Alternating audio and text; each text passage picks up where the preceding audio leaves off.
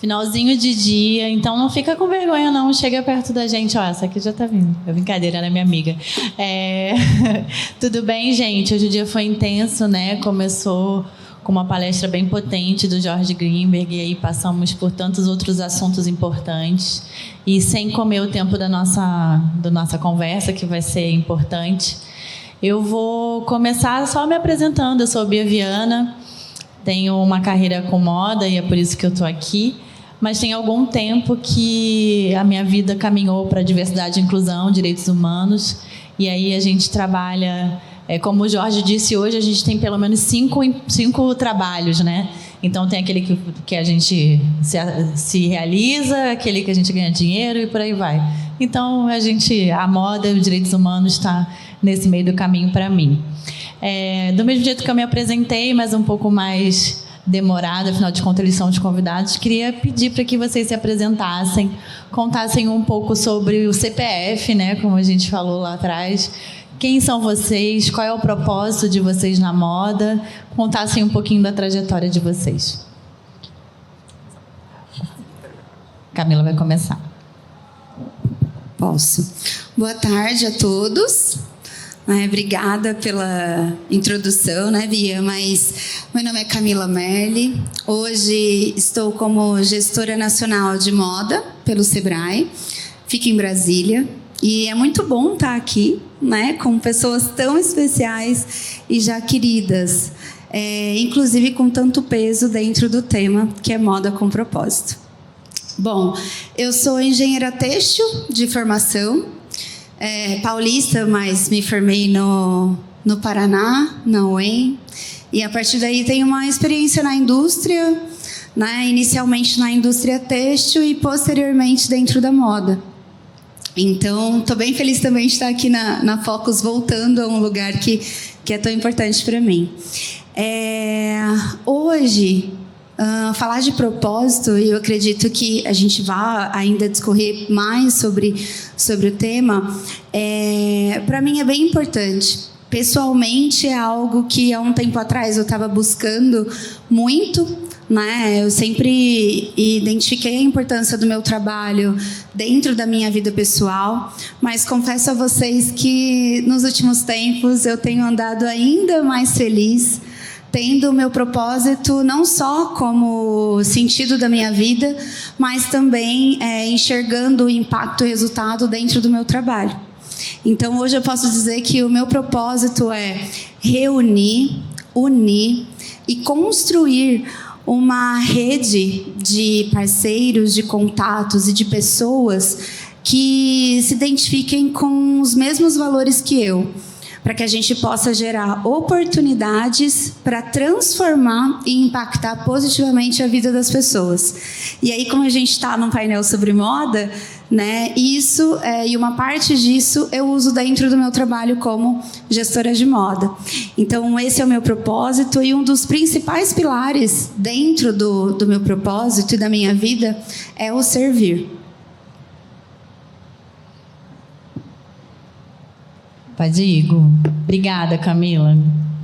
Bacana, legal te ouvir, Camila. Meu nome é Gustavo Narciso, como foi apresentado hoje, eu sou diretor do Instituto CIA e eu sou engenheiro bioquímico de formação, então fiz algumas transformações de carreira até chegar até aqui.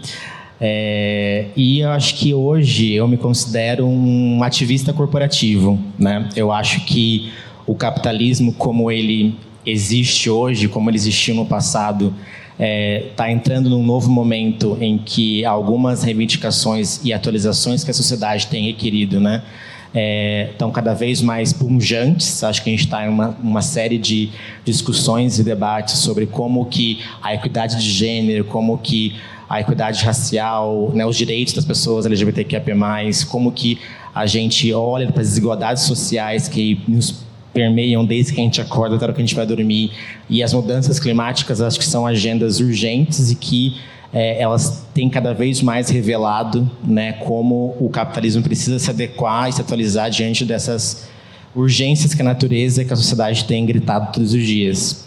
E dentro desse contexto eu me considero um ativista corporativo, né? Eu acho que eu tento sempre pautar e atualizar as empresas que eu trabalho, e agora CIA, pelo Instituto CIA, dentro do que a sociedade tem requerido pela ótica do negócio, para que as coisas se encaixem e façam sentido, tanto para um lado quanto para o outro, né? Então, acho que hoje essa é a minha missão, o meu propósito como profissional.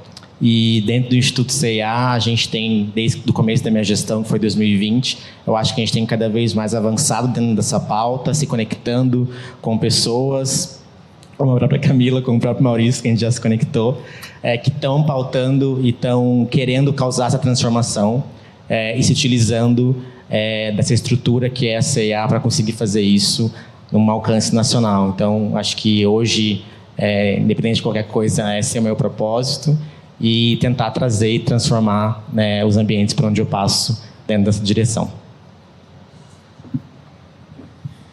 Olá, eu sou Maurício Duarte, eu sou nortista, manauara, indígena do povo Caixana, do Alto Solimões, e sou formado em moda pela Faculdade Santa Marcelina. Há 8 anos vivo essa distância que é sair de Manaus e encontrar um mercado tão gigantesco como o de moda, principalmente a moda brasileira, que desafia a gente diariamente, né, para entender qual que realmente é o nosso propósito nesse espaço. Eu costumo dizer que o meu propósito, o meu CPF a minha marca é o meu CPF, né? Eu não consigo separar Maurício Duarte marca, mas dentro desse propósito eu quero sempre poder fazer com que as pessoas olhem para o meu lugar de origem, olhem para tudo que a gente vive, o que a gente transforma, né, através do que a gente acredita enquanto cultura, enquanto produção, né? A gente fala muito hoje sobre sustentabilidade, sobre a preservação ao meio ambiente, mas a gente já vivia isso há muito tempo, a gente vive muito tempo isso no norte, a gente só não sabia nomear o que a gente fazia nas nossas casas, nos nossos espaços, né? E estar aqui falando sobre moda, falando sobre um espaço que consegue transformar a vida de pessoas, né? E modificar a percepção também que as pessoas têm sobre essa questão da equidade racial, né? Das inserções, né? Nós precisamos cada vez mais estar nesses espaços, porque esses espaços são importantes para que outros Maurícios, né, enfim, outras pessoas possam acreditar que é possível, né, alcançar. Acho que falar de propósito é sempre muito, mexe muito com isso do lado emocional, porque enquanto nortista, né, no Brasil a gente entende que a cultura de moda, do pertencimento da moda sempre está muito distante do norte, e hoje a gente está podendo provar que isso não é mais real, né, que a gente realmente está movimentando o nosso espaço e que a gente está alcançando e fazendo com que mais pessoas hoje em dia possam ter essa visibilidade, seja do seu trabalho manual, do seu trabalho artesanal dentro do mercado de moda.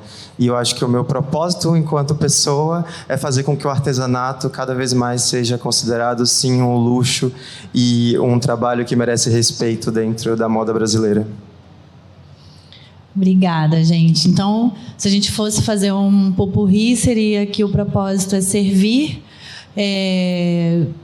como você falou, como ativista corporativo, fazendo com que o artesanato seja reconhecido como um artefato de luxo, que você falou? Então, se a gente pudesse fazer uma frase sobre o propósito de vocês, ele iria para esse caminho. E eu acho bem interessante quando a gente fala sobre propósito, né? Porque essa palavra ela soa batida, porque a gente já falou tanto disso em marketing, mas acho que agora a gente está passando por um momento onde a gente usa uma outra palavra também batida, que é o ressignificar o propósito. E eu tenho uma fala comigo que é: não vamos nos cansar das palavras importantes, né? Propósito é uma palavra muito importante. É o que nos motiva a fazer muitas coisas, inclusive o que vocês fazem todos os dias da vida de vocês.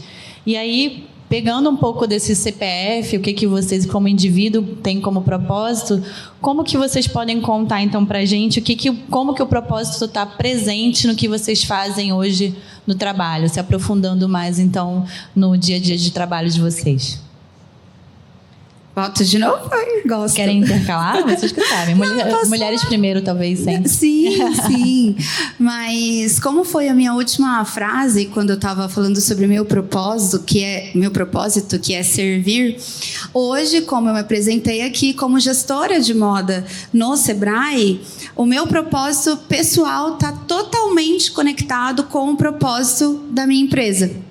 Hoje eu estou aqui representando, né, o Serviço Brasileiro de Apoio a Micro e Pequenas Empresas. Então, o servir, né, no serviço e o apoio, eles são totalmente conectados também ao meu propósito. E não só o meu, como daqueles colaboradores dentro da empresa, dentro do Sebrae.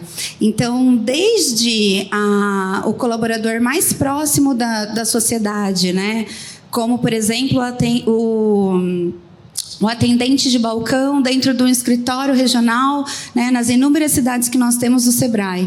Até o nosso presidente, a gente tem o propósito e é o mesmo propósito. Então, todas as ações ali são direcionadas para o apoio daquele empresário que tem uma pequena e média empresa, ou ainda de um artesão, de um agricultor rural, ou ainda de um estudante que quer ter uma empresa ou que tem um sonho de ter uma empresa, né?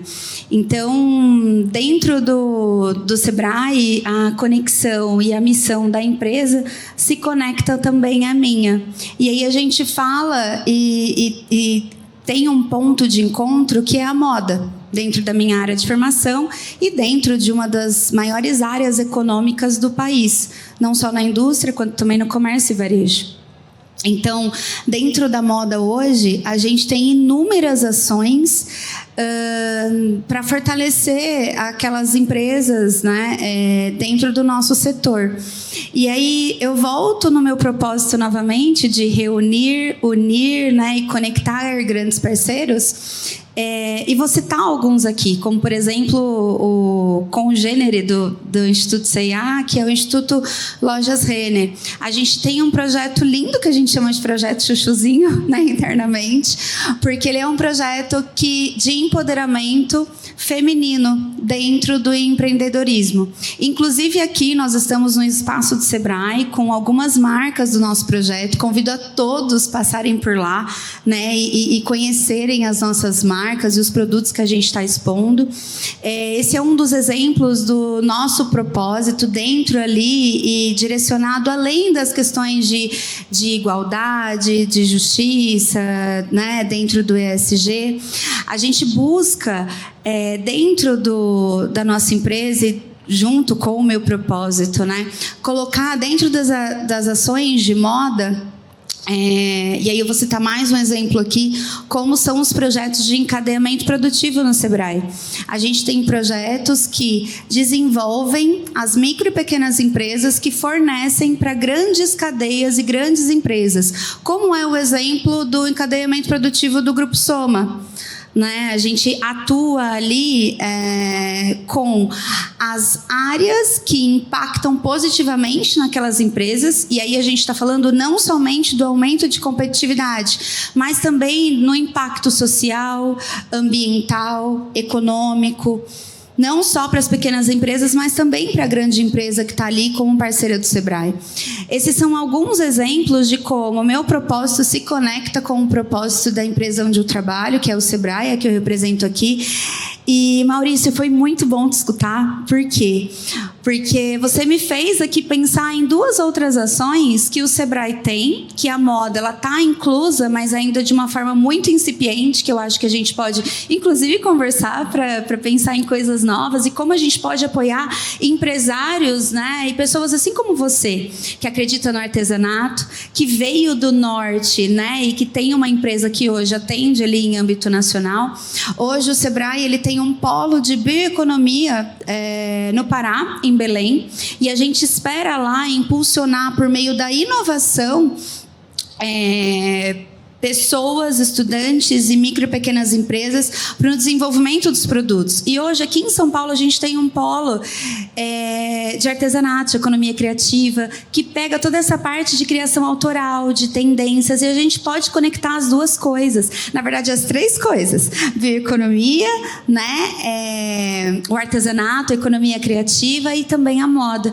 Porque a gente está nesse universo e o nosso propósito, o meu, o seu, o do Gustavo, da Bia e o do Sebrae, ele se une nesse ponto. Então, é dessa forma que eu acredito que todos os propósitos, né, tanto da empresa que eu represento quanto o meu, ela impacta positivamente e acaba transformando a vida das pessoas. Eu acho muito legal, assim, tudo isso que você expôs para a gente e a gente consegue conferir também. Obviamente, o Sebrae tem aí uma chancela de muitos anos que a gente já conhece, mas a gente consegue conferir de perto aqui na feira. Então, é muito importante que as pessoas visitem a feira, peguem o material na mão, porque quando a gente começa a falar aqui, falando de propósito, que é uma palavra, né, a gente vê ela transformada em tecido, a gente vê ela transformada em oportunidade, em conexões. Exato. Acho que é isso, assim, é também sobre gerar negócio, né? Quando a gente está falando de propósito, a gente não está falando de ser beneficente, de não estar falando sobre não ser um negócio. E às vezes os conceitos se confundem, né? Então é muito importante que o Sebrae fale de propósito dentro dessa área que a gente está comentando aqui no painel. Obrigada, Cá. E você, Gustavo? Quer seguir? Eu estou seguindo a ordem, mas se você quiser, Maurício, pode ir. Você quer ir? Posso ir? Vai. Eu pego o gancho. Eu acho que aproveitando o gancho, né, é muito especial lembrar assim de algumas fases do, assim, agora que eu vou falar do propósito do meu trabalho, né? A minha marca, ela surgiu, minha mãe é artesã, então eu sempre vi o processo de desenvolvimento manual acontecendo, sempre reutilizando materiais, né, que seriam descartes na época no Distrito Industrial, e me incomodava muito como era difícil ela falar do processo de produção dela. Ela não sabia vender, ela não sabia dizer o tempo que ela demorou produzindo. E eu acompanhava ela pequena nas feiras de artesanato e fui falando, cara, eu preciso ajudar ela, eu preciso falar do trabalho dela, eu preciso entender como que eu posso tocar o outro com o que ela faz. E acabei mudando para São Paulo para estudar, enfim, e comecei a vender as minhas peças de roupa na Paulista. Tirei a carteira de artesanato daqui de São Paulo e vendia na Paulista, no fim de semana. E era muito estranho ver como as pessoas tinham um olhar que tudo o que é artesanal para algumas pessoas, ele é separado, segregado dentro de um produto de consumo. É sempre aquele olhar, muitas vezes, de vou comprar para ajudar ou vou comprar porque achei diferente, quando, na verdade, a gente está fazendo uma ideia que ainda não é industrial. Não virou indústria porque a gente não conseguiu alcançar massa ainda, mas é uma ideia que tem a mesma potência de uma ideia que se transforma em indústria. E, com o tempo, eu fui entendendo que os públicos, eles eram muito pontuais, que se aproximavam da minha marca, porque eram pessoas que muitas vezes escolhiam as peças porque elas eram pintadas à mão, tinha toda essa ideia de trabalhar com reuso de tecidos, mas ao mesmo tempo também porque era uma peça única, porque aquela pessoa ia comprar, ia usar e não ia encontrar ninguém usando ela no mesmo lugar. E essa foi a principal sacada para entender como que eu, enquanto estilista, enquanto artista, poderia usar esse propósito que eu tinha, que era trazer as manualidades para o setor de moda, mas mesmo assim conseguir alcançar muitas pessoas. Hoje em dia, essa missão e esse foco foi mudando um pouco. A gente estreou ano passado na São Paulo Fashion Week, na Semana de Moda, e nosso Fashion Film aconteceu em Manaus. A gente teve o apoio do Instituto CIA para realizar esse Fashion Film, mas foi a primeira vez que a gente conseguiu montar uma equipe majoritariamente indígena, racializada, em Manaus. Foi um evento, né, foi gravar um material que foi feito em Manaus por pessoas de lá. Isso quase nunca acontece. A maioria das empresas levam pessoas de fora para montar suas equipes para realizar os trabalhos. Então, esse lugar onde eu me via sozinho, muitas vezes no mercado aqui em São Paulo, não era o que eu queria projetar no meu lugar de origem. Depois desse Fashion Film, a gente fez uma apresentação presencial, agora em abril, da última temporada do São Paulo Fashion Week. E nesse espaço a gente conseguiu também modificar os corpos que iam vestir aquelas roupas, porque era muito aquilo, a gente indígena, a gente não tem mais de 1,80. A nossa estatura no norte do Brasil é 1,74, 1,75. Isso não é passarela para o mercado de moda. E aí a gente conseguiu fazer com que muitas pessoas, principalmente jovens, né, minha faixa etária ou mais jovem ainda, pudesse estar na passarela, se visse ali como alguém que representa um corpo, que representa uma etnia, enfim. Então eu acho que quando a gente entende o que a gente realmente quer fazer, né, na nossa área de atuação, esses propósitos vão cada vez mais se intensificando, né? Agora, recente, não sei quem acompanha, mas a gente está passando por uma seca absurda no norte. Manaus está sofrendo com as queimadas, com a fumaça, com diversas coisas. Muitas artesãs que produziram trabalho junto comigo não moram em Manaus, moram em São Gabriel da Cachoeira, moram em comunidades ribeirinhas que hoje estão com difícil acesso porque não tem como chegar de barco. Então, a gente precisa também entender como que a minha marca, enquanto pequena, consegue fazer com que um momento como esse de necessidade para que essas artesãs que trabalharam comigo possam ter algum apoio. Como que eu posso fazer para produzir mais bolsas, mais artesanato, e eu posso fazer com que esse valor gerado possa voltar como um incentivo para que mais marcas e mais pessoas consigam encontrar essas mulheres e entender a força que elas têm e, nesse momento, ser uma ajuda, né? Ser uma ajuda de troca de trabalho, né? E não uma ajuda humanitária, porque a gente não quer isso. A gente quer que as pessoas realmente olhem a gente com o valor que a gente tem. Então, hoje eu costumo dizer assim que é muito especial, a gente acabou de sair no jornal É o País, e assim, ter um alcance, mas a gente não quer só alcance e visibilidade, a gente também quer gerar mais trabalho, gerar mais oportunidades dentro desse espaço, porque a moda, ela é um lugar de muito brilho, muita imagem, mas nos bastidores, o que a gente vive muitas vezes para realizar esse brilho, acaba desmotivando muitas vezes para que a gente nem pense em seguir esses caminhos, às vezes, né? Então, eu acho que aos 28 anos eu não quero perder esse propósito que eu tenho enquanto Maurício, enquanto marca, né? Mas, ao mesmo tempo, é muito especial, assim, poder dizer como que isso é transformador para mim e para as pessoas que se conectam com o meu trabalho. Então, mesmo ainda no começo da marca, eu consigo dizer que, cada vez mais, eu tento intensificar os meus objetivos dentro desse propósito enquanto marca. Obrigada, Maurício. Estava pensando, enquanto você falava, que você disse que o seu propósito ele vai se intensificando a cada tempo que passa, né? E aí eu lembrei que no Japão, toda vez que você vai ao médico, no final, eles perguntam qual é o seu Ikigai. Ikigai é propósito.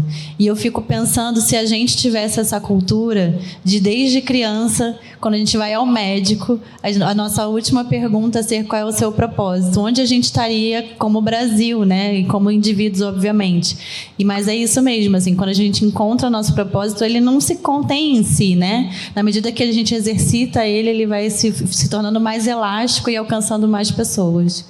Obrigada. Agora você, Gustavo. É muito legal ouvir a Camila e o Maurício falando, porque eu acho que isso também é o fio condutor do que une o nosso trabalho, porque o Instituto C&A hoje ele tem a missão, a gente fala que a gente tem a missão de construir novos futuros para o meio da moda, né?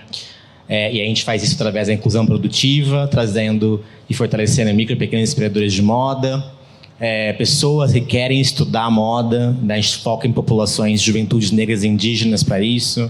A gente também utiliza da nossa rede de contato para fortalecer mulheres acima dos 45 anos, migrantes, população LGBTQIA+, pessoas refugiadas. E a gente tem como premissa sempre tentar trazer essas pessoas, essas potências que passam pelos nossos projetos para a C&A, para que a gente aumente o impacto social que o Instituto C&A se predispõe a fazer. E acho que dentro dos cases mais simbólicos que a gente teve nos últimos anos foi a Collab Identidades que a gente lançou no ano passado. Até o ano passado, a C&A tinha feito cerca de 450 colaborações com designers nacionais e designers internacionais.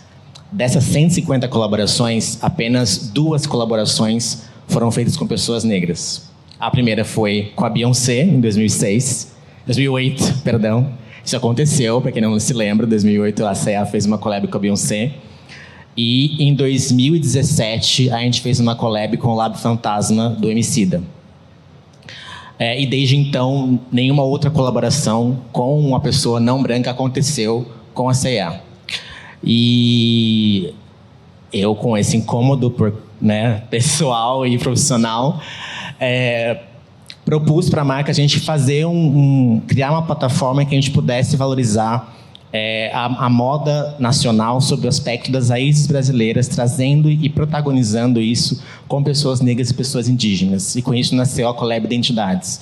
A Collab Identidades ela foi protagonizada por 4 marcas em ascensão, que é a Dendezeiro, da Bahia, Salvador, a Isaac Silva, aqui de São Paulo, mas também com origem na Bahia, a Nalimo, da Daemolina, e a KF Branding, da Kel Ferry, que são pessoas que têm uma trajetória incrível na moda, de muitos desafios, com muito propósito, e cada um pautado em questões muito particulares e pertinentes, que a moda tem, assim como o Maurício trouxe, tem muita resistência de valorizar e de visibilizar, E quando a gente fala de colaboração com a C&A, a gente também está falando na oportunidade da cliente da C&A, que é uma mulher B2C, que está ali todos os dias batalhando e querendo e almejando usar uma coisa que valorize a sua identidade nacional, é a democratização desse acesso, porque a C&A consegue fazer isso em massa e, por consequência, isso fica um pouco mais barato,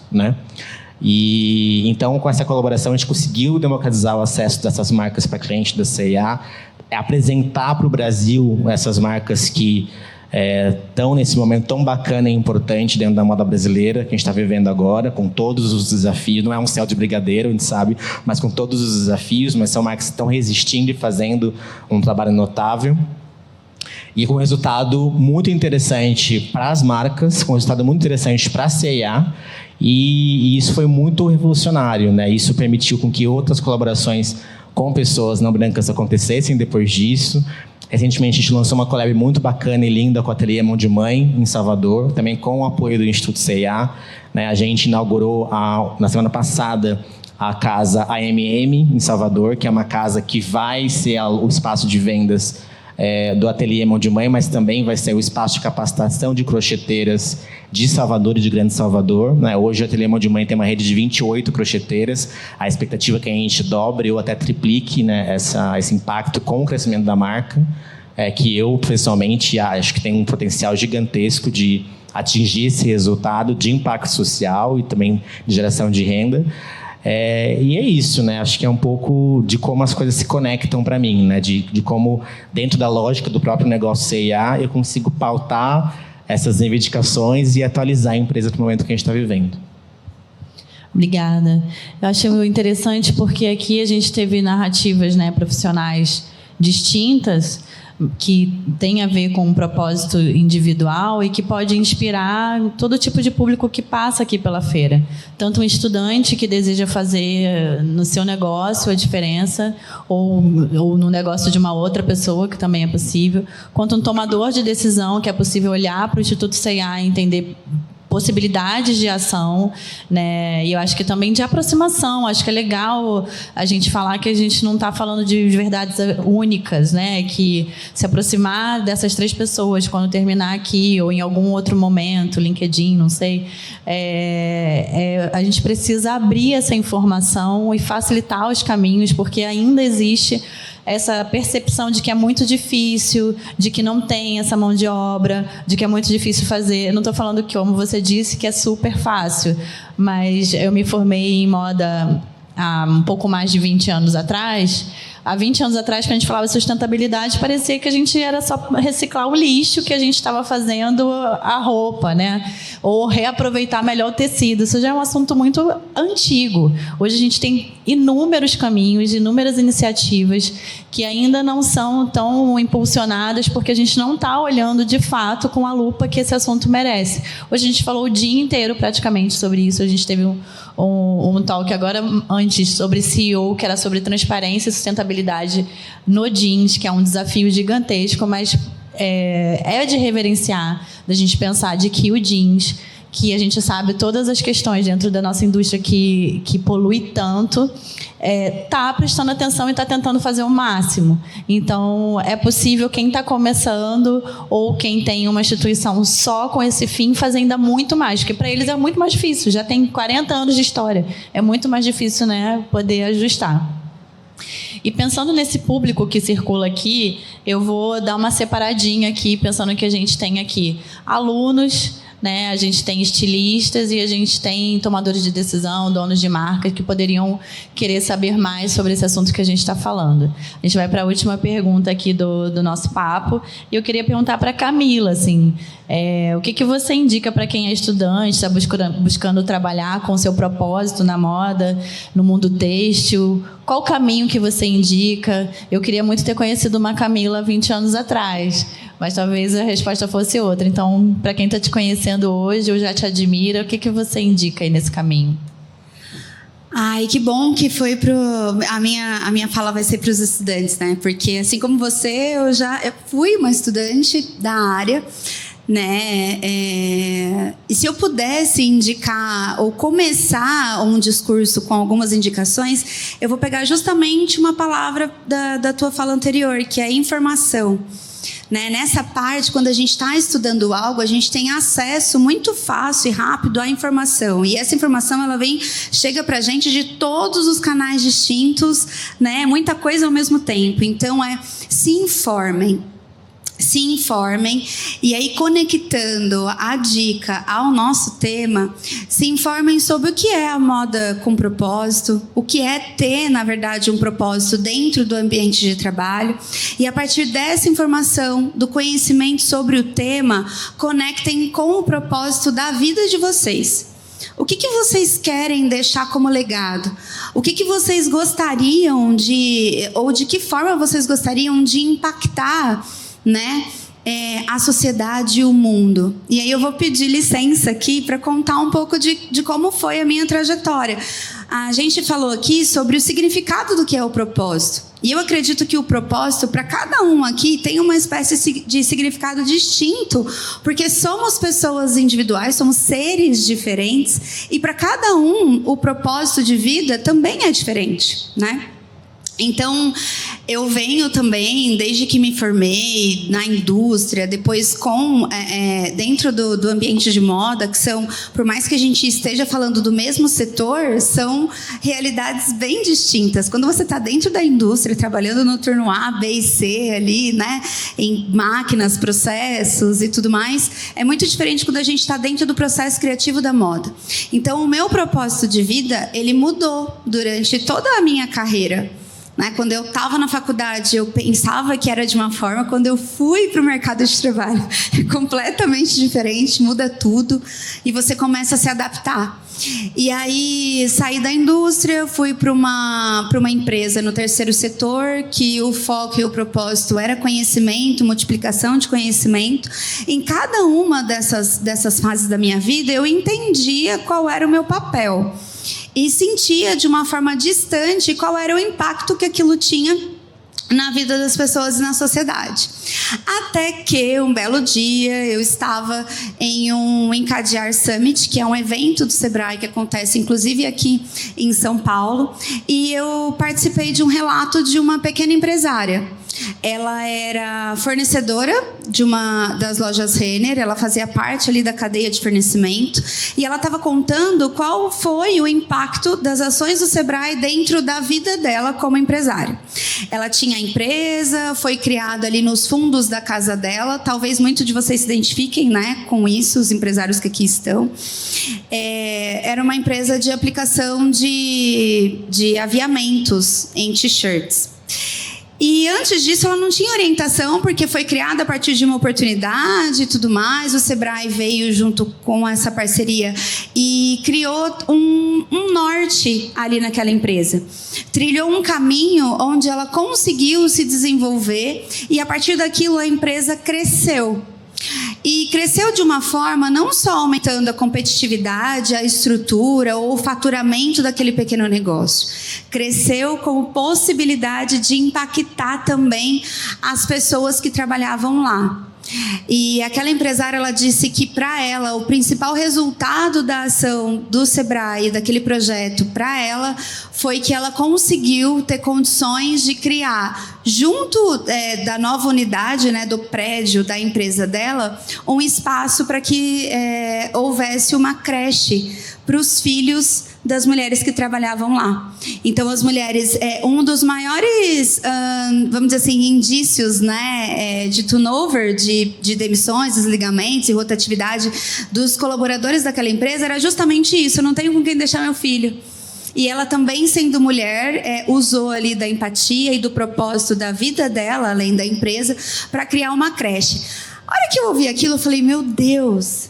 Sabe, é isso, é esse impacto positivo, é essa transformação que eu quero para a minha vida. A partir daquele momento, já prestando serviços, né, para o Sebrae, eu identifiquei o meu propósito. Eu queria, por meio do meu trabalho, por meio do sentido da minha vida, porque o trabalho e o servir, né, não só no profissional, mas no pessoal também, faz muito sentido para mim. Eu queria aquilo todos os dias da minha vida. E aí eu trouxe, né, esse propósito para a minha vida. Qual é o fato geral dessa história que eu contei aqui, né, de como eu encontrei o meu propósito? É que para você que é estudante, que está começando agora, vai com calma. Né? Não precisa criar ali uma marca como o Maurício criou, não precisa talvez, né, talvez se inspirar sim no Instituto CIA, mas não criar algo para que, né, a gente consiga ter projetos. Se inspirem no que vocês estão vendo, nessa informação e informações como a gente está compartilhando aqui, e entendam de que forma o propósito de vocês pode se conectar com os outros, mas principalmente... se eu pudesse dar um conselho ou uma dica, é não focar no quê, né? No que vocês vão criar, no qual tipo de produto, mas sim no como. Qual é o meio que vocês vão usar para impactar outras pessoas ou impactar a sociedade em que a gente vive. Então, foquem muito no como, né, no meio, de que forma a gente, né, vai se relacionar e principalmente no legado que vocês vão deixar. É isso. Obrigada. Muito interessante o que você falou. Até fiz aqui para mim. Vamos anotar isso. Porque primeiro a gente pensa o que a gente quer fazer. O que eu quero fazer com isso, né? Mas o como realmente é como a gente de fato vai impactar a vida das pessoas. E linda essa história, que não é única, né? De quando uma mulher empreende, o que ela faz de revolução, né? Porque para aquelas funcionárias ali que ela ofereceu uma creche é uma revolução, porque elas podem trabalhar e ganhar com dignidade o dinheiro delas, né? Então, muito legal. Obrigada pelo seu relato. Vamos aí na ordem. Eu costumo dizer sempre, já falei isso em outros lugares, que se a moda a nível mundial fosse liderada por mulheres, tudo ia ser diferente. Eu acho que isso é um exemplo prático de como que isso é muito real, né? Porque eu acho que estando na base das opressões, né, você consegue trazer pequenas coisas que podem causar grande diferença na vida de muitas pessoas, né? E, né, a gente tem aí o patriarcado e o machismo atravessando desde a passarela, né, dos corpos, padrões, até ao cultivo do algodão ali no campo. Então, enfim, só uma reflexão. Cara, acho que um pouco da minha história... Eu acho que eu não fiz a sua pergunta, mas se você quiser seguir, você pode seguir. Pode perguntar. eu ia continuar da Camila, mas pode eu vou deixar você continuar, mas eu já vou te dar pra gente ir para a última pergunta, né? O que você acha que as empresas de moda podem fazer para se aproximar da agenda de 2030? Acho que vai conversar com o que você já estava iniciando. Perdão de cortar. Não, imagina. Eu acho que o varejo brasileiro e o varejo mundial, ele não vai ser o mesmo daqui a 3 anos. Eu acho que daqui a 3 anos a gente já vai ter algumas mudanças significativas no jeito que a gente, na lógica de desenvolvimento de produto, na lógica de comunicação, na lógica de engajamento tanto da cliente e tanto engajamento de quem trabalha para essa marca, né? E eu acho que para sobreviver dentro desse mercado que está no momento bastante crítico, pós-pandêmico, no momento, quando a gente fala do Brasil, em que as pessoas estão muito descapitalizadas e passando fome ainda, e necessidades tão básicas, necessidades básicas não estão sendo atendidas, e consumir moda não é uma necessidade básica, e como que a gente consegue driblar essa lógica? Aí, no momento em que a gente está vendo a invasão, né, de marcas chinesas no Brasil, com outra lógica de consumo, tendo muito sucesso, no meu ponto de vista, não só pelo preço, mas também pelo modelo de negócio que elas oferecem para as clientes, estão oferecendo, né, para as clientes brasileiras. Eu acho que todos esses fatores juntos, eles vão fazer com que as marcas tenham que se reinventar, tenham que criar novas maneiras de conexões emocionais com as pessoas, para que isso possa se converter em venda, isso possa se converter na existência dessas marcas, no porquê que essa marca existe. Eu vi um post esses dias do influenciador jornalista, o René... esqueci o nome dele, meu Deus do céu, mas eu vou lembrar. Oliveira, isso. E ele perguntou, ele colocou uma provocação assim, por que precisamos de mais uma marca de moda, né? Muito em virtude de muitas influenciadoras digitais estarem criando marcas com pouco propósito, inclusive, né? Dentro desses novos surgimentos.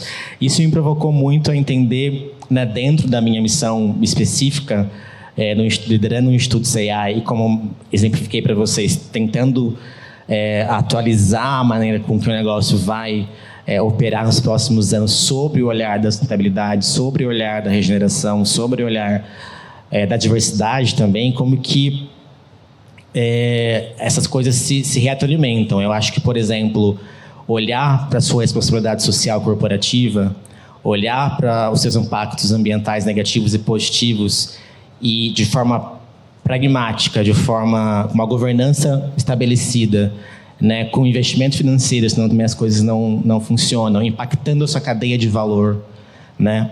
Eu lembro de uma concorrência que eu fiz para atender as redes sociais do Instituto C&A, e numa das perguntas que coloquei era: quantas pessoas negras tem na sua agência de marketing?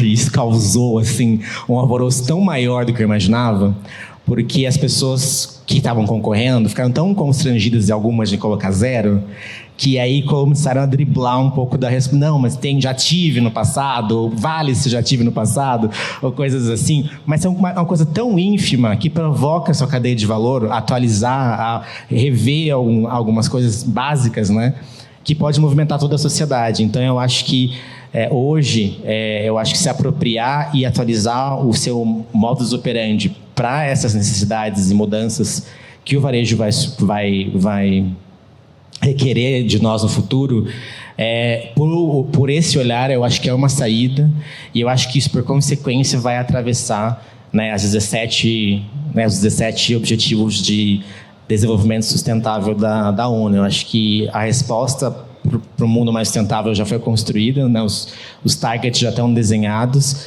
e eu acho que o olhar para o futuro desses negócios também, como sobre o porquê essa marca existe em 2023, né? Nessa década, eu acho que é uma das saídas para manter essas marcas vivas e atingir esses objetivos. Obrigada. E é importante também lembrar que institutos são... A gente às vezes fala assim, não, mas isso é um papo para instituto, né? Isso é um papo para uma empresa grande. Não, eu acho que quando a gente está conversando sobre 2030, a gente está falando do futuro de cada uma das pessoas que estão aqui e do mundo todo. Então, é um papo para todo tipo de marca, seja o tamanho que ela tiver. Então, se vocês não conhecem quais são as ODS, quais são as metas de 2030, é interessante pesquisar, chamar alguém mais para perto para que possa te ajudar a fazer esses compromissos também dentro da sua casa, seja um pequeno empreendedor, né, ou um instituto que ajuda aí outras pessoas até a desenvolverem isso. E Maurício, eu queria saber de você, porque assim, a gente ouviu aqui muitos relatos inspiradores e fique à vontade de trazer mais, mas também a gente ouve fora daqui o que eu já falei. Não tem. Eu conheço o Maurício, eu conheço o Maurício. Ou, eu não tenho alguém na minha agência porque eu não conheço. Você conhece algum DA que seja negro? Eu conheço uns 100, se você quiser eu posso te indicar. Então, para que a gente tenha mais informação e as pessoas se conectem com mais pessoas, além da sua marca, fica à vontade para fazer seu merchan. Quem você indica aí que está no seu radar, que é legal das pessoas conhecerem e se conectarem? Olha, essa é uma pergunta muito legal, porque por muito tempo, muitas das matérias que saíram quando eu entrei na Semana de Moda era a primeira marca de estilista indígena do Amazonas, primeiro estilista indígena. E a gente tem aí inúmeras semanas, inúmeras plataformas de moda que estão acontecendo no Brasil que movimentam, né, outros artistas, outros estilistas. Algumas pessoas que eu tenho próxima a mim, que inclusive são pessoas que a gente troca, que a gente se inspira, né?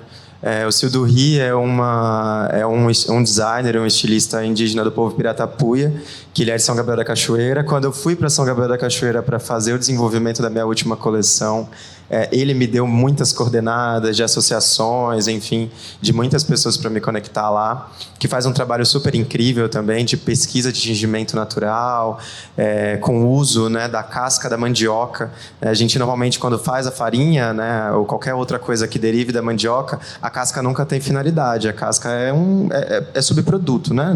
Na verdade, ele pode virar um fertilizante, né? Porque é natural.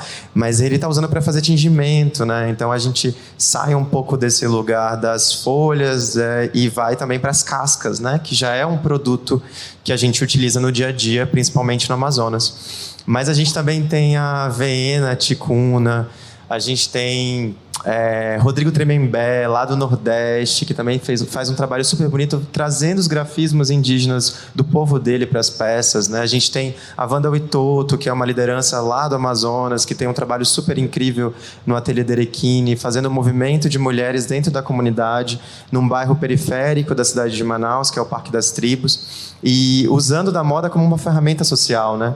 Que é isso que a gente faz dentro do nosso trabalho.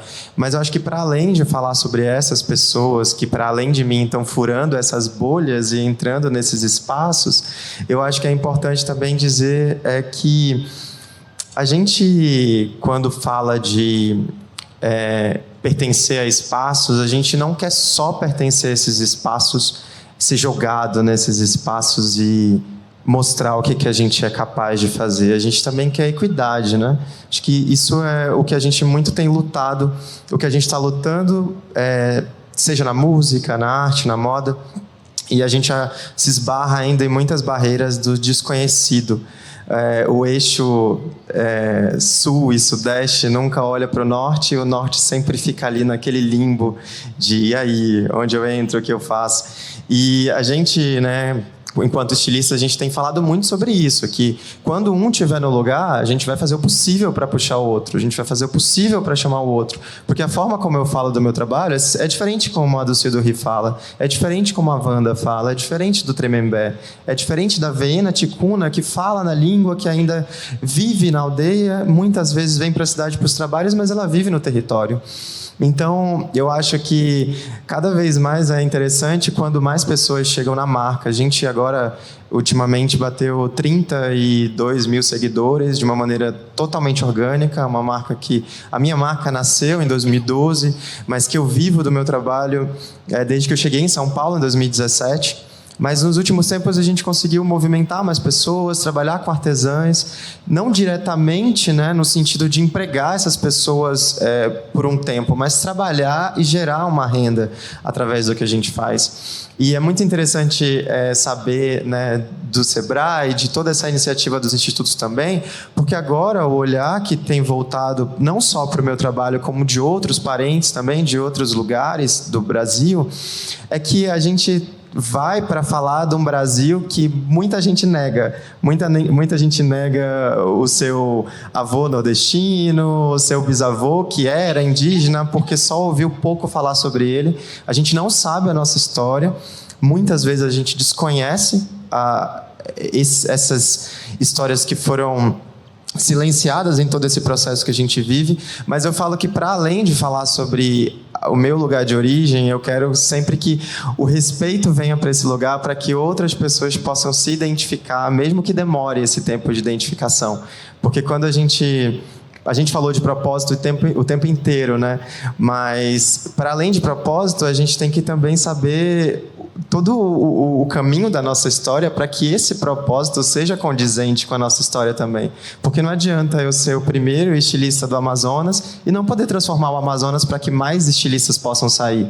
Não adianta eu ser o primeiro estilista a levar uma coleção com artesãs de São Gabriel, levar uma coleção para Nova York e essas artesãs não verem o trabalho delas sendo valorizadas com o próprio nome delas, né? Então, eu acho que é muito interessante que as pessoas procurem também se informar todos esses movimentos que a gente está fazendo, o que está acontecendo na Amazonas agora, o que está acontecendo em Manaus, como a gente pode ajudar. A moda é um meio de transformação quando as artesãs fazem algo bonito.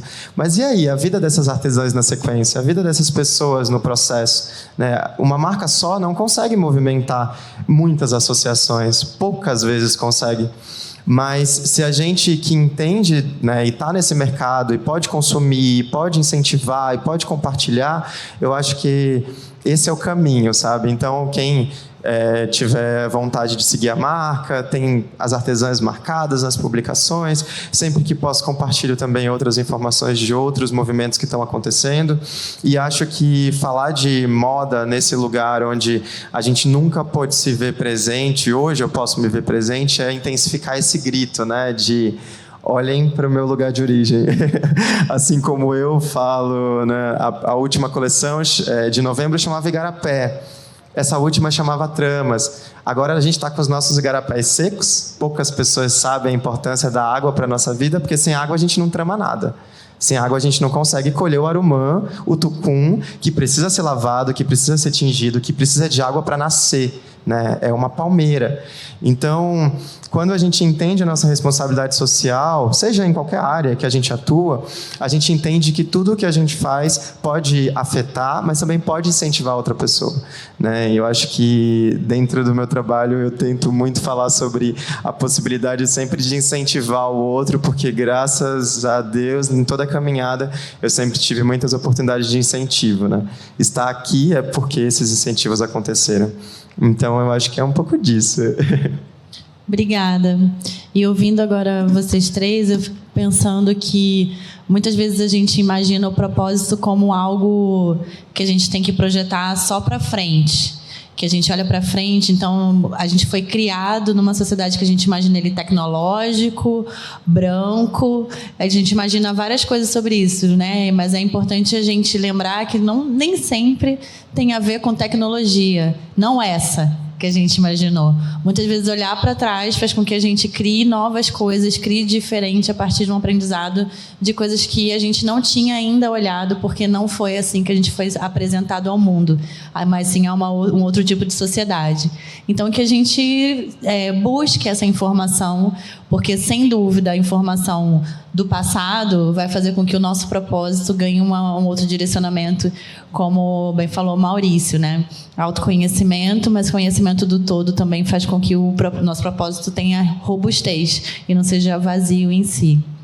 Agradeço muito aqui a presença de vocês, mas eu não vou encerrar antes que o Maurício me deu a deixa de deixar vocês à vontade para deixar o @ de vocês aí, porque eu acho que a gente falou o tempo inteiro sobre estar em contato, seguir com a conversa, buscar informação. Acho que aqui somos canais de informação dessa área, então fiquem à vontade de deixar o @ de vocês para que todo mundo possa seguir. Ai, que bom. Obrigada, Bia.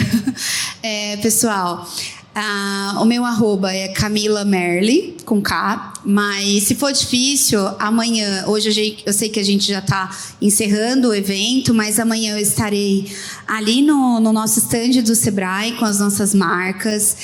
Se quiserem passar por lá, vai ser um prazer receber vocês, sejam vocês estudantes, empresários, né, colaboradores de grandes empresas ou institutos, donos de marca própria, designers. E eu vou encerrar minha fala aqui como né, como agradecendo o convite primeiro, né, da Focus, mas também deixando vocês super à vontade. Contem com o Sebrae. Contem com o Serviço Brasileiro de Apoio às Micro e Pequenas Empresas, seja você um empresário, um estudante ou alguém que tem um sonho, né, dentro da moda. Contem comigo, eu coloco à disposição de vocês não só o Sebrae, mas também a nossa rede de contatos. Como eu disse aqui na minha primeira fala, o meu propósito de vida é esse. É reunir, é conectar, é construir pontes e redes que oportunizem, né, melhoria de vida ou transformação na vida das pessoas. Obrigada.